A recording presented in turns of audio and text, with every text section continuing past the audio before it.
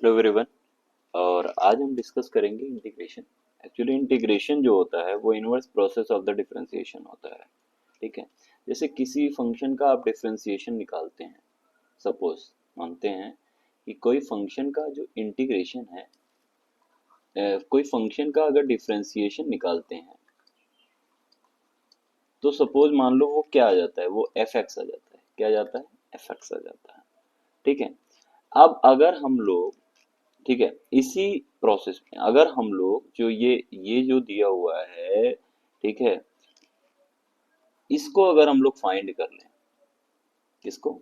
इस F x को अगर हम लोग फाइंड कर लें, ठीक है, एफ एक्स को अगर हम लोग फाइंड कर लें, that is anti derivative of, ये क्या है? ये anti derivative of f x है, मतलब anti derivative of f x है। ठीक है, anti derivative of f x. कहने का मतलब ये है कि अगर हम लोग किसी कैपिटल एफ एक्स फंक्शन का डिफरेंशिएशन फाइंड करते हैं, उससे कोई फंक्शन स्मॉल एफ एक्स आता है, स्मॉल एफ एक्स आता है, that function F x is called the anti derivative of f x, small F x. यही हम कह सकते हैं, इसे primitive function, primitive of function F x भी बोलते हैं। ठीक है। जैसे मान लीजिए कोई जैसे मान लीजिए हम लोग जानते हैं डिफरेंशिएशन ऑफ एक्स की पावर एन, एक्स की पावर एन प्लस वन, इसका फार्मूला आपको पता है। ठीक है, ये हमको पता है। इसका फार्मूला क्या होता है? एन प्लस वन को आगे ले लिया, एक्स की पावर एन में से एक कम कर दिया, ये इसका डिफरेंशिएशन हो गया। ठीक है। अगर हम लोग इसका ये जो फंक्शन है, मतलब अगर हम लोग इस फंक्शन का एंटी डेरिवे इस फंक्शन का डेरिवेटिव, एंटी डेरिवेटिव निकालते हैं, ठीक है, इस फंक्शन का एंटी डेरिवेटिव निकालते हैं, यानी इसका एंटी डेरिवेटिव का मतलब इंटीग्रेशन करते हैं, तो इंटीग्रेशन करने पर ये क्या आ जाता है? एक्स की पावर एन प्लस वन और एन प्लस वन, यही हो गया, जहां पर n does not equal to minus one. तो हमारा जो ये हो गया, ये फंक्शन क्या हो गया? ये फंक्शन हो गया is called the anti derivative of function F x, anti derivative of function F x is called, मतलब x की power n plus one is called anti derivative of x की पावर n। क्लियर? कुछ functions के हम लोग anti derivative find करते हैं। जैसे पहला फंक्शन दिया है, find the anti derivative of, find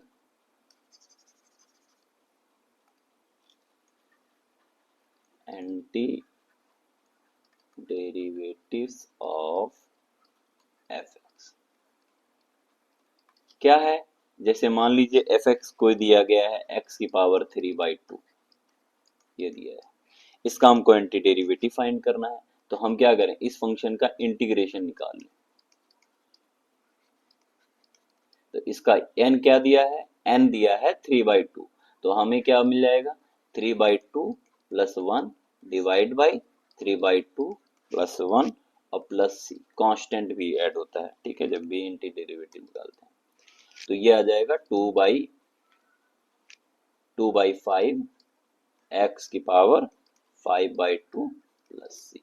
तो ये क्या हो गया? ये जो हमारा हो गया कि फंक्शन हमारा जो कैपिटल एफ एक्स है वो हमारा ये हो गया, मतलब that function capital F x is called anti derivative of f x, anti derivative of f x, मतलब this function is called anti derivative of f x. मतलब क्या ऐसा कह सकते हैं, इस ये फंक्शन क्या है? एंटी डेरिवेटिव हाफ है, किसका है? एक्स की पावर थ्री बाई टू का। क्लियर? ठीक। नेक्स्ट आगे बढ़ते हैं। जैसे क्वेश्चन है हमारे पास वन, वन का एंटी डेरिवेटिव हमको फाइंड करना है। तो वन का एंटी डेरिवेटिव यानी ये क्या हो गया, वन को हम लोग लिख सकते हैं एक्स की पावर 0 dx, और ये क्या हो जाएगा एक्स की पावर 0 + 1 और डिवाइड बाय 0 + 1 और प्लस सी। तो ये आ गया एक्स, नीचे 1 है तो 1 हो जाएगा एक्स प्लस सी, और इधर क्या है इंटीग्रेशन ऑफ 1 dx। मतलब कहने का मतलब है कि ये फंक्शन क्या है, एंटी डेरिवेटिव ऑफ है किसका, 1 का। और सी हमारा क्या है, कांस्टेंट है। क्लियर, ये हमारा है इन anti derivative of f x. ठीक है, इसमें बहुत सारे क्वेश्चंस हैं, जैसे कि इसमें पहला क्वेश्चन है कि दिया है कि find the value of find the value of find the value of यानी integration of 1 + 2x + x² dx। Clear, हम क्या करेंगे, हम इसको पहले देखो, जब भी ऐसे बहुत सारे फंक्शन का सम दिया हो तो हम लोग क्या करते हैं, सबसे पहले फंक्शन को सेपरेट करना शुरू कर देते हैं। क्या करते हैं, फंक्शन को सेपरेट करते हैं। तो हम लोग क्या करेंगे, फंक्शन को सेपरेट करेंगे, जैसे 1 है dx plus 2x dx plus x²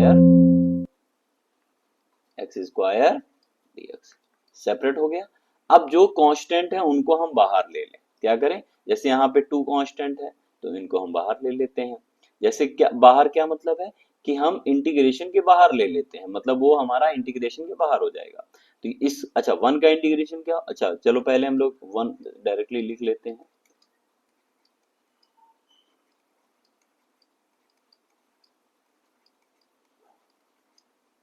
ठीक है, अब 1 का इंटीग्रेशन x होता है 2 × x² / 2 और प्लस x³ / 3 और प्लस कांस्टेंट आप ऐड कर दीजिए, क्योंकि आप इसमें इंटीग्रेशन मान लीजिए इसमें करें c1 आए, इसमें c2 आए, इसमें c3 आए, सब में कांस्टेंट है, और उन सब का सम भी आएगा क्या, कांस्टेंट। तो हमने एक ही बार में ले लिया है कांस्टेंट।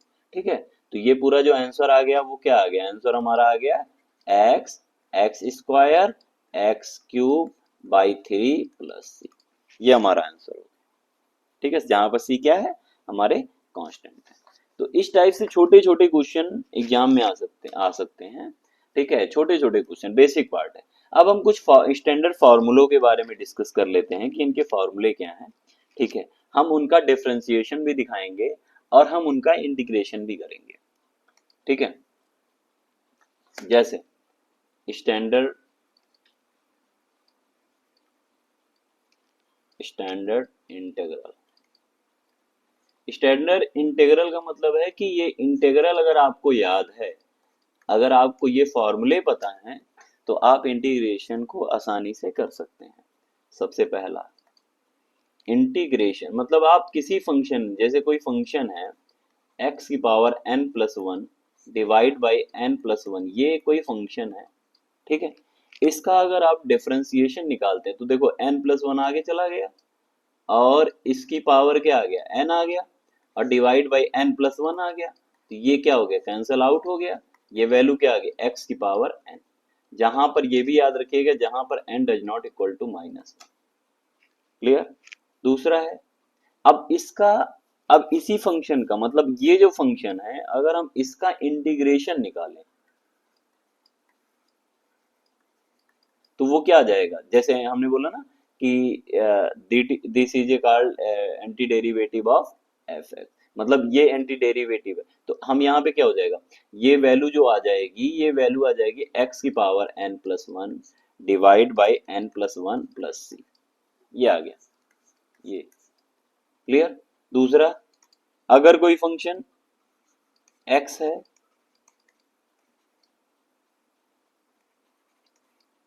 उसका डिफरेंशिएशन क्या होता है, 1 होता है। क्लियर है, हम लोग को पता है ये इसका डिफरेंशिएशन 1 होता है। लेकिन अगर हम लोग 1 का इंटीग्रेशन निकालते हैं तो क्या आता है, x प्लस। इसी प्रकार अगर हम लोग डिफरेंशिएशन निकालें e की पावर x का, तो क्या आता है, e की पावर x और अगर हम लोग इंटीग्रेशन निकालें e की पावर x का, तो भी वो e की पावर x आता है। ये एक ऐसा फंक्शन है जिसका डिफरेंशिएशन भी e की पावर x होता है और इंटीग्रेशन भी e की पावर x होता है। ठीक है, सेम, मतलब जो फंक्शन इंटीग्रेशन में आ रहा है वही डिफरेंशिएशन में आ रहा है। क्लियर। इसके बाद है आपका fourth, differentiation of log x होता है 1/x। लेकिन अगर हम लोग 1/x का इंटीग्रेशन निकालें तो आएगा log x प्लस। ठीक है। फिफ्थ है आपका साइन x। साइन x का डिफरेंशिएशन cos x होता है, लेकिन अगर हम लोग cos x का इंटीग्रेशन निकालें तो आता है साइन x प्लस सी। उसी प्रकार अगर हम लोग cos x का डिफरेंशिएशन निकालें तो आता है माइनस साइन x, और अगर हम लोग cos साइन x का इंटीग्रेशन निकाले तो minus cos x plus c. ये जो माइनस था ना, हमने इधर भेज दिया, मतलब कांस्टेंट को इधर भेज दिया, इसीलिए ये माइनस में लग गया। 7, अगर हम लोग tan x का डिफरेंशिएशन निकालें तो आता है sec स्क्वायर x। अगर हम लोग sec स्क्वायर का इंटीग्रेशन निकालते हैं तो आता है tan x प्लस सी। 8 है, अगर हम लोग इंटीग्रेशन निकालें cot x का तो आता है माइनस, cot x का डिफरेंशिएशन निकाले तो आता है cosec स्क्वायर x। अगर हम लोग cosec स्क्वायर x का इंटीग्रेशन निकालते हैं तो आता है माइनस cot x। 9th क्या है, डिफरेंशिएशन ऑफ sec x। ये क्या होता है, हमें पता है sec x tan x। अगर हम लोग sec x tan x का इंटीग्रेशन निकालें आता है sec x प्लस सी। उसी प्रकार अगर हम लोग cosec x का निकालते हैं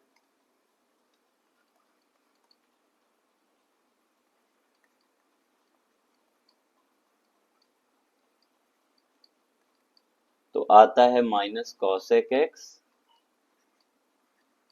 cot x। और अगर हम लोग integration of cosec x cot x का इंटीग्रेशन निकालते हैं तो आता है माइनस cosec x प्लस सी। उसी प्रकार अगर हम लोग log sin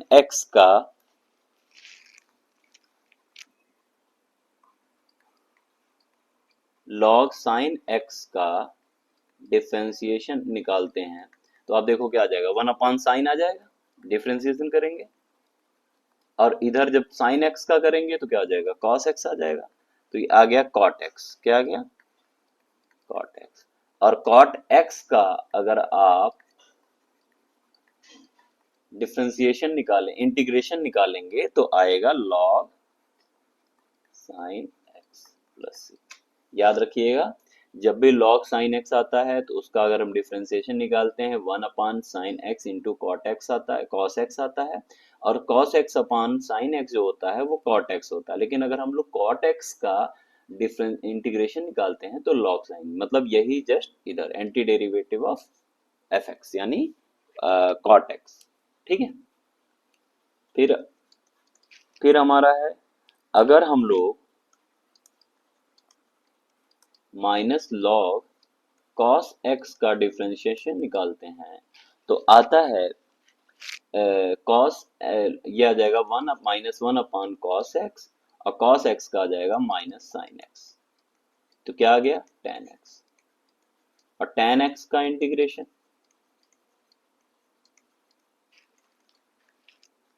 आ जाएगा minus log cos x plus c. ठीक है, फिर है आपका sec x plus tan x, इसका इंटीग्रेशन, इसका डिफरेंशिएशन। इसका डिफरेंशिएशन क्या हो जाएगा, सेक का क्या होता है,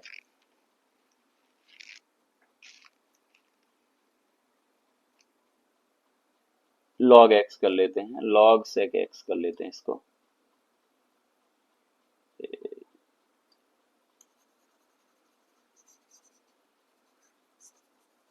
वैसे अगर करें तो इसका भी हो जाएगा, लेकिन फंक्शन ही बनेगा, तो हमें फॉर्मूले चाहिए।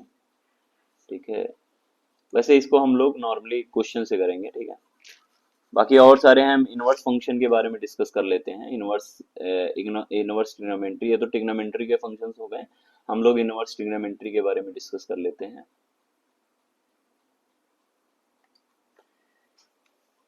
इनवर्स ट्रिग्नोमेट्री फंक्शन जैसे sign inverse x by a, इसका डिफरेंशिएशन क्या होता है, ये ऑलरेडी बताया गया था आप लोग को, 1/a² minus x x square, और इसी का इंटीग्रेशन अगर हमें निकाला, मतलब इसका इंटीग्रेशन, तो 1/√a² minus x square d x, इसका इनवर्स हो जाएगा, इसका इसका जो है इंटीग्रेशन हो जाएगा इन sine inverse x by a plus c. Similarly उसी तरीके से सारे फॉर्मूले हैं।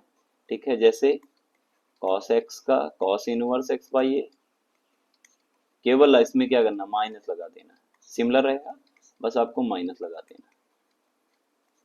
तो यहाँ पर भी सेम इंटीग्रेशन, मीन्स कहने का मतलब है अगर हम माइनस को इधर ट्रांसफर कर दें तो इसका दो इंटीग्रेशन है, इस फंक्शन का दो इंटीग्रेशन है। चाहे तो आप इसको आप sine inverse x by a लिखो, और चाहे तो इसको minus cos inverse x by a लिखो, ये भी कर सकते हो। सिमिलरली उसी तरह अगर हम लोग टेन इनवर्स एक्स बाई ए को लिखें,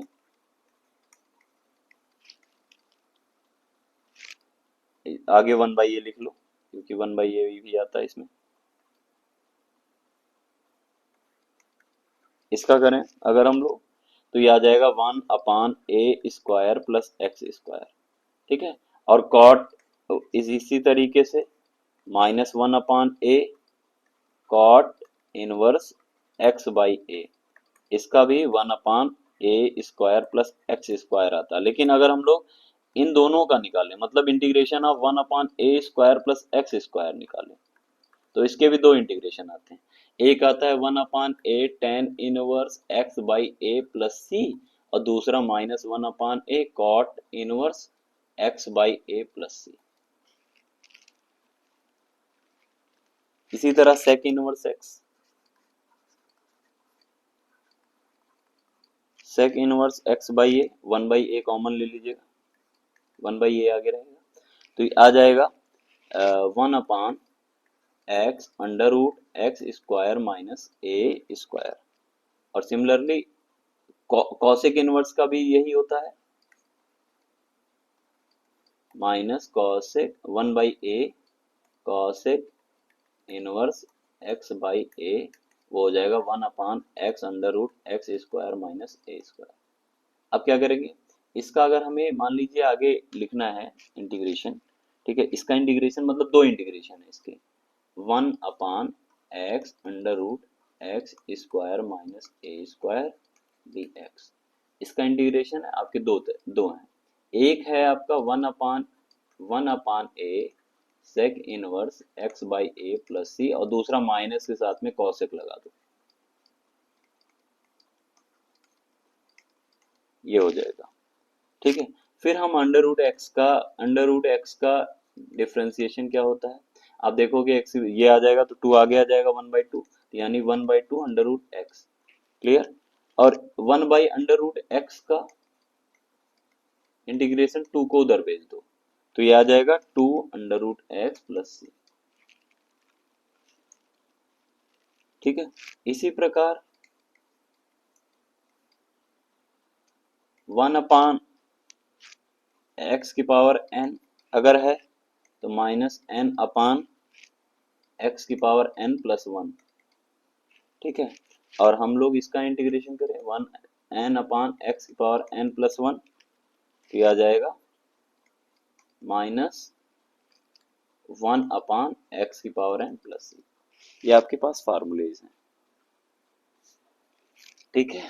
ये आपके पास फार्मूले हैं, आप इन फार्मूलों से सारे क्वेश्चंस, बेसिक क्वेश्चंस हैं, वो आप लगा सकते हैं, ठीक है।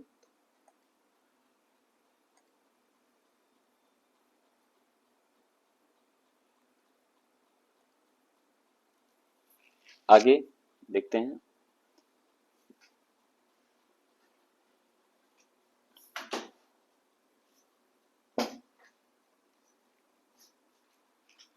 ठीक है, बेसिक क्वेश्चंस कुछ डिस्कस करते हैं हम लोग। जैसे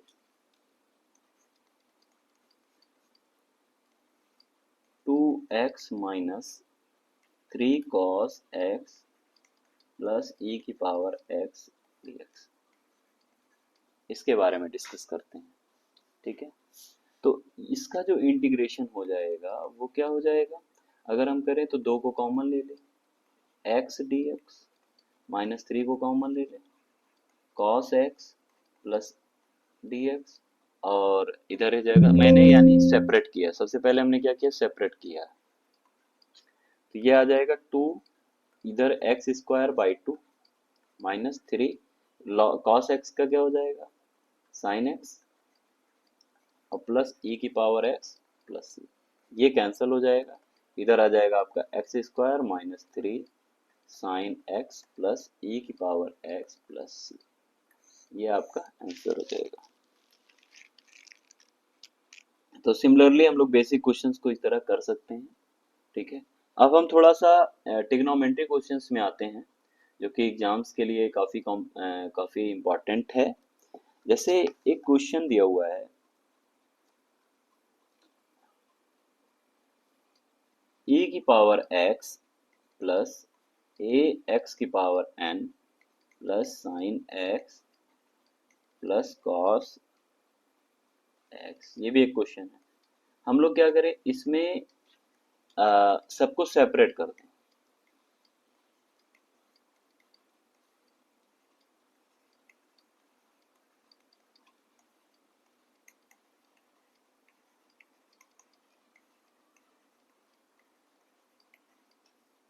ये क्या आ जाएगा, e⁴x, a को कॉमन ले तो ये आ जाएगा x⁴n+1 डिवाइड बाई n+1, और ये क्या आ जाएगा, माइनस cos x और प्लस sin x और dx, ये आपका आंसर हो गया। ओके, ये बेसिक क्वेश्चंस है, ठीक है। Okay, thank you.